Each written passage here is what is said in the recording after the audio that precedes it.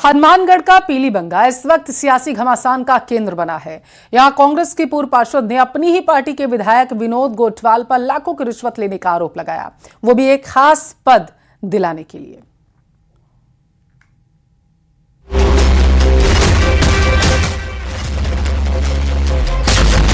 कांग्रेस विधायक ने कांग्रेस पार्षद को ही ठगा, रिश्वत लेकर कर दिया खेल। पद का झांसा पूर्व पार्षद ने फांसा। हाथ में ये पन्ना पकड़े हुए ये हैं कांग्रेस की पूर्व पार्षद शारदा पूनिया। इनका आरोप है कि पीलीबंगा से विधायक विनोद गोठवाल ने उनसे 60 लाख की रिश्वत ली है, और वो भी नगर पालिका अध्यक्ष के लिए हुए उपचुनाव में पालिका अध्यक्ष बनाने के नाम पर।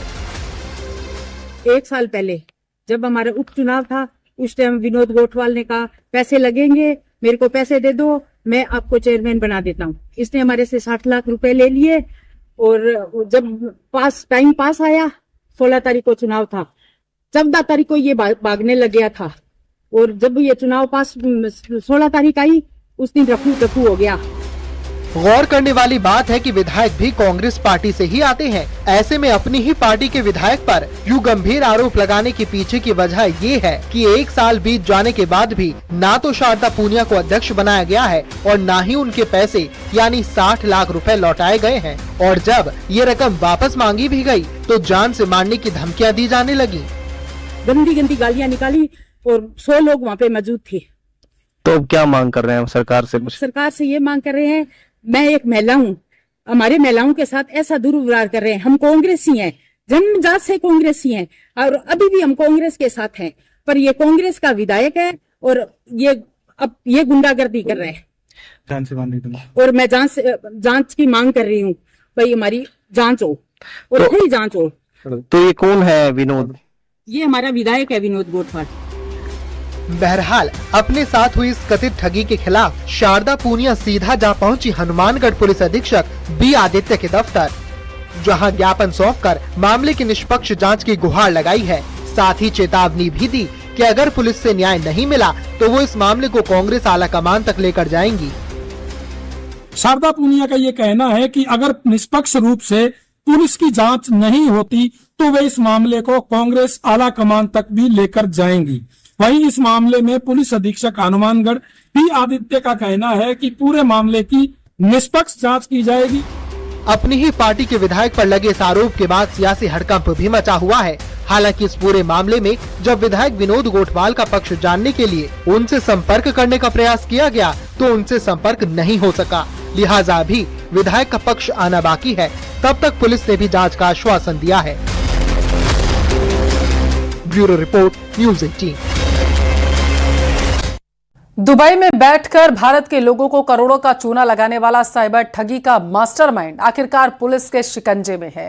रेड कॉर्नर नोटिस के बाद आरोपी दुबई से बैंकॉक और भूटान के रास्ते भारत पहुंचा, लेकिन पुलिस की तकनीकी निगरानी से बच नहीं सका। आखिर कैसे हुई इस मास्टरमाइंड की गिरफ्तारी, रिपोर्ट में आपको दिखाएंगे।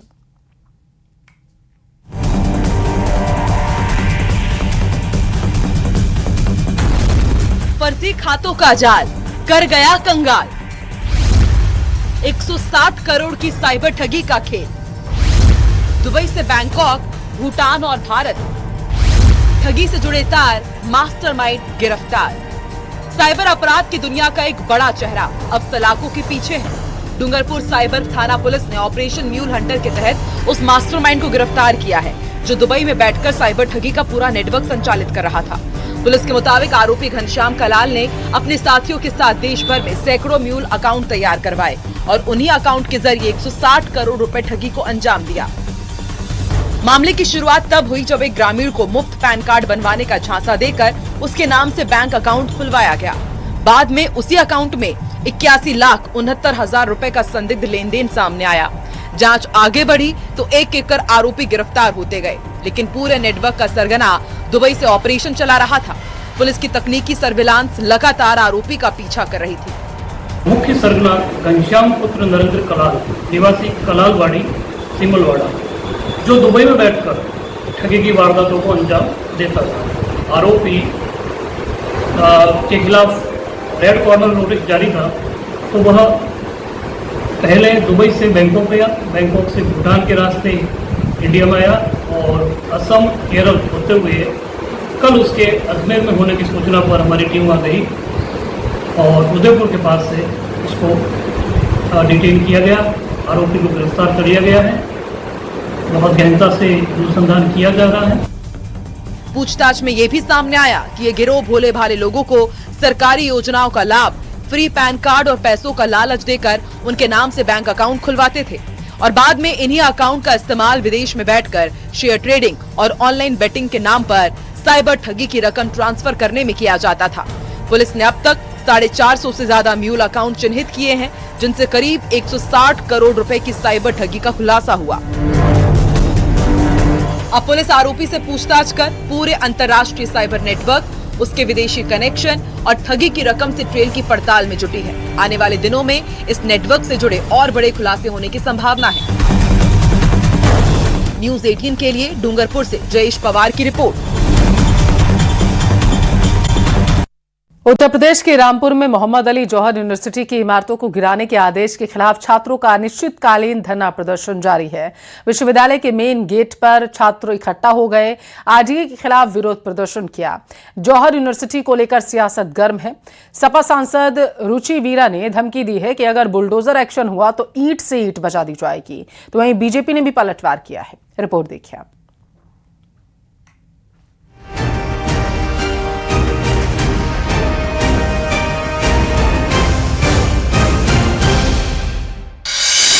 रामपुर में जौहर यूनिवर्सिटी पर बुलडोजर एक्शन के विरोध में धरना प्रदर्शन जारी है। हाथों में काली पट्टी बांधकर छात्र अनिश्चितकालीन धरने पर बैठ गए हैं। छात्रों का सवाल है कि जब यूनिवर्सिटी यूजीसी से रजिस्टर्ड है तो इसके भवन कैसे गैर कानूनी हो सकते हैं। यूजीसी सबसे बड़ी संस्था है। यूजीसी सबसे बड़ी संस्था है जो सारे कॉलेजेस को रन करती है, यूनिवर्सिटीज को रन करती है। जब यूनिवर्सिटी जो परमिशन लेके चल रही है वो यूजीसी के अंडर चल रही है, तो यूजीसी ने जब परमिशन दी थी क्या उन्होंने सारी चीजें नहीं देखी? बार काउंसिल ऑफ इंडिया ने लॉ की पढ़ाई करवा रहे हैं। गलती मानते किसकी? हम जो गलती मानते हैं सर, अपने दुर्भाग्य की मानते हैं कि आज हम सड़क पे बैठे हैं। छात्रों का आरोप है कि गलती प्रशासनिक स्तर पर हुई है और कलम उनके हाथों से छीनी जा रही है।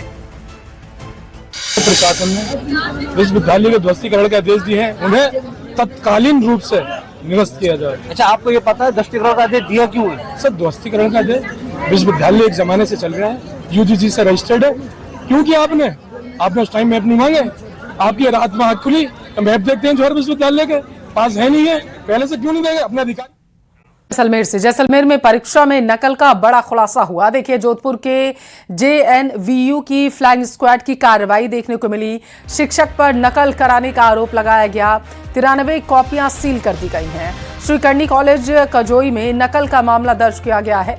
बाड़मेर के शिव कॉलेज में भी नकल का मामला सामने आया है। और इसके अलावा आपको बता दें कि हिंदी साहित्य के पेपर में नकल का अपडेट निकलकर सामने। तस्वीरें देखिए, ये सीसीटीवी की तस्वीरें हैं जो हम आपको दिखा रहे हैं। आरोप ये लगाया गया कि नकल जो है वो की जा रही थी। अब देखिए, निरीक्षण में कई अन्य कॉलेजों में भी खामियां पाई गई हैं। खुलेआम नकल पर विश्वविद्यालय की बड़ी कार्रवाई यहां पर देखने को मिली है। अब देखिए किस तरीके से खुलेआम यहां पर नकल कराने का आरोप लगाया गया है। सीसीटीवी में ये जो नकल की पूरी घटना है ये कैद हुई है। हिंदी साहित्य के पेपर को लेकर के भी अपडेट है और जेएनवीयू की फ्लाइंग स्क्वाड ने इस कार्रवाई को अंजाम दिया है। फिलहाल के लिए 93 कॉपियां सील कर दी गई हैं। ज्यादा जानकारी लेंगे पाली से संवाददाता श्याम चौधरी हमारे साथ टेलीफोन लाइन पर जुड़े हुए हैं। श्याम, नकल करने का मामला जैसलमेर से सामने आया और इसके अलावा कई और अन्य स्थानों से भी, क्या अपडेट है? कैसे पकड़ में आई है ये चीज? जी, ये परीक्षा व्यवस्था की पोल खोलने वाला एक बहुत चौंकाने वाला सामने आया, जहां पर परीक्षाओं की निगरानी करने वाले वीक्षक ही खुद छात्रों को सरेआम नकल करते पकड़े गए। मामला जैसलमेर के एक निजी कॉलेज का है, जहां पर हिंदी साहित्य के पेपर में वीक्षक ही छात्रों को खुद बोल कर नकल करा रहे थे। मामला जब सामने आया, जब जयनारायण व्यास विश्वविद्यालय की फ्लाइंग की टीम जब औचक निरीक्षण के लिए जैसलमेर के श्री कर्णी कॉलेज पहुंची तो वहां का नजारा देखकर अधिकारियों के भी होश उड़ गए, क्योंकि कॉलेज के अंदर खुलेआम चल रहे इस नकल के खेल का पर्दाफाश किया।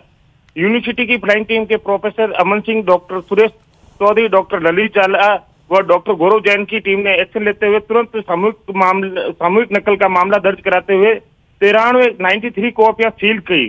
साथ ही उन्होंने बाड़मेर के जी। शिव कॉलेज में भी एक नकल का मामला दर्ज कराया। वहीं अन्य कुछ निजी महाविद्यालय हैं जहां पर भी अनुचित साधनों के प्रयोग का संदेह पाया गया है।